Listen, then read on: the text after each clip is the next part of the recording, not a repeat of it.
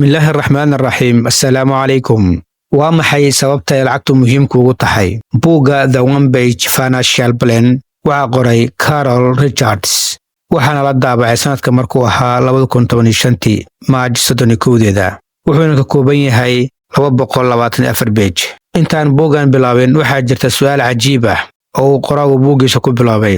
Su'aashaas oo u dhiganta sida tan soo socota: waa maxay sababtu ay lacagtu kuugu tahay muhiim? Inta aadan jawaab bixin ka hor, si fiican su'aashan ugu fikir, kadibna soo qaado qalin iyo warqad si aad jawaabtaada ugu qorato.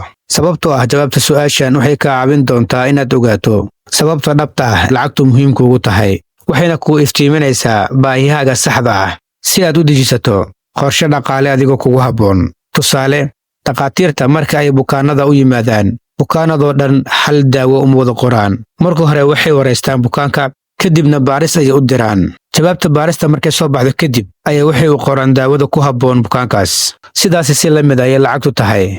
Marka aad ogaato sababta ay lacagtu muhiimku ugu tahay, waxaad si wanaagsan u maarayn doontaa dakhliga ku soo gala. Tusaale, 2 shakhsi oo saaxiibo ah, mid walba wuxuu ururiyaa lacag, laakiin waxaa kala duwan qorshaha ay kala yihiin lacagtaas ay ururinayaan.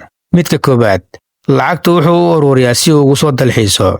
Midka labaadna lacagtu wuxuu u ururiyaa si uu maalgashi ugu samaysto mustaqbalka. Labadan shakhsi waxay ka siman yihiin lacag ururinta, laakiin waxaa u dhexeeya farqi aad u weyn xagga ka faa'iidaysiga lacagta. Midka koowaad, lacagta uu sanad ururinayo waxaa suurtagal ah inuu 15 maalin ku kharash gareeyo, asagoo ku bixinaya waxyaabo aan nafci u lahayn, sida inuu waddanka lagu safro, inuu shopping ku soo samaysto, kadibna ay lacagtaas ugu dhammaato.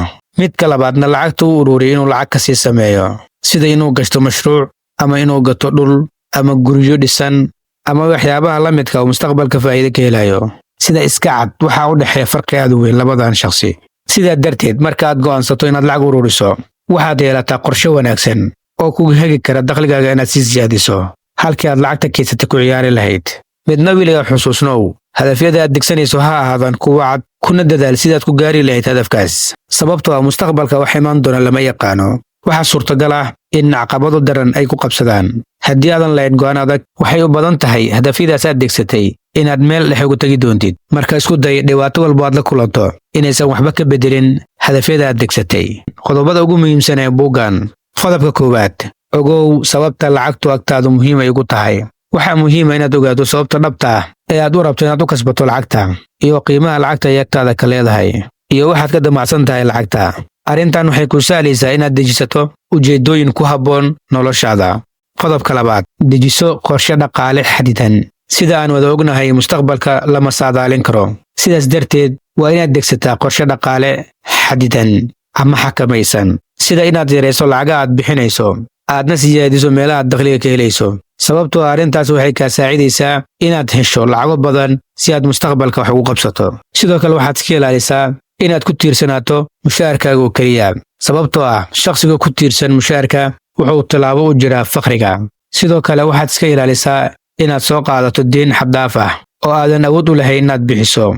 Sababtoo ah deynta badan shakhsiga waxay ka hor istaagaysaa inuu horumar sameeyo. Qodobka saddexaad, qiimay xaaladaada dhaqaale. Si aad u samayso qorshe dhaqaale oo sax ah, waa inaad og tahay kharashka ku soo gala iyo midkaad bixiso. Waxaana daruuri ah oo muhiim ah kharashka aad bixinayso inuu ahaado mid ka yar kharashka ku soo gala, taasoo micnaheeda ah mar waliba kharashka ku soo gala inuu ka badnaado kharashka aad bixinayso. Qodobka afraad, samayso miisaaniyad sax ah oo aad si joogto ah u dhaqangelinayso. Qoraaga buuggan wuxuu leeyahay, dakhliga ku soo gala waxaad u samaysataa miisaaniyad iyo nidaam sax ah oo aad ku maamusho, si aad u ogaato waxyaabaha muhiimka ku ah iyo waxyaabaha aan muhiimka ku ahayn, kadibna aad u yarayso kharashaadkaad maalayacniga ku bixinayso. Qodobka shanaad, isku day inaad badbaadiso lacagahaaga. Qoraaga buuggan asagoo ka hadlaya qaybtan wuxuu dhahay, dadka inta badan lacagahooda waxay geliyaan boos aan munaasab ku ahayn, sida inay ku ciyaaraan qamaarka amaba inay dhigtaan sharad iyo waxyaaba la midka ah, ayagoo hadafkooda ah inay waddo shortcut ah ay lacag ku kasbadaan. Arrintaasna waxay ku sababi kartaa khasaaro aad u badan.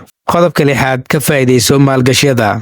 Maalgelinta waa waddo wanaagsan oo lagu kubcin karo dhaqaalahaaga, laakiin waa inaad wax ku maalgashataa cilmi iyo aqoon. Sababtoo ah marka aad wax maalgashanayso, haddii aadan cilmi u lahayn, waxaa suurtagal ah inaad khasaarto.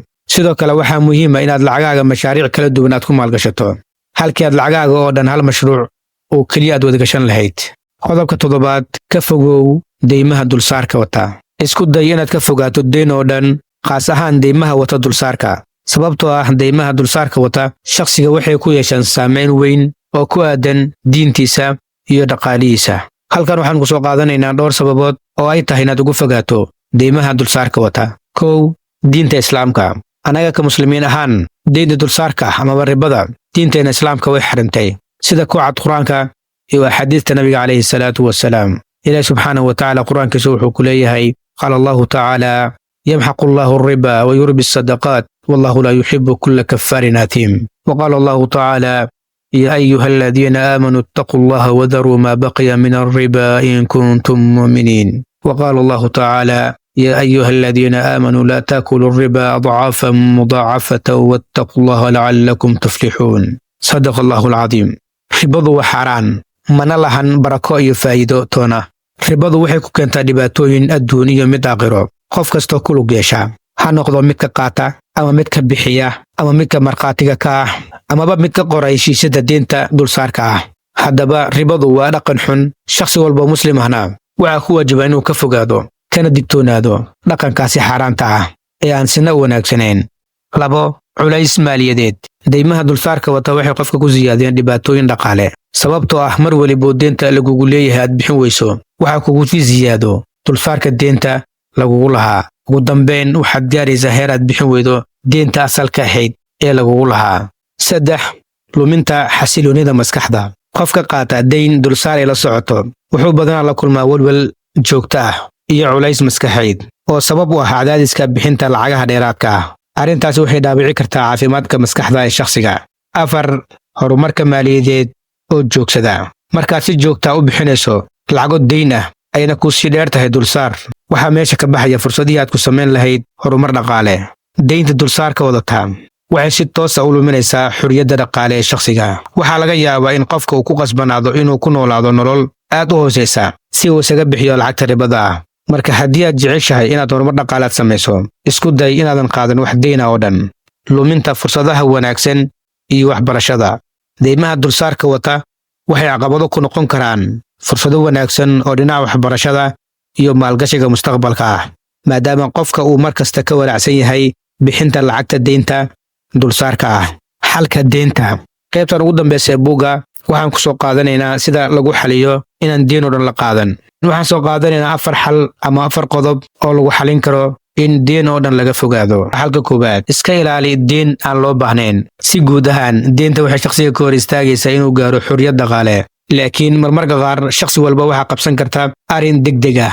markaas oo kale waa lama huraan in shakhsiga deyn u qaato, balse deyntaas waa inay ahaataa mid aan ribo wadan, shakhsigana uu awoodi karo inuu biri si sahlan ku bixiyo. xalka 2. qaado deyn shareecada Islaamka waafaqsan.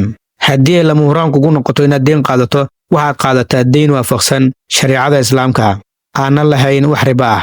xalka 3. qaado tababar maaliyadeed. baro sida loo maareeyo dhaqaalahaaga. akhri buugaagta ka hadasha dhaqaalaha.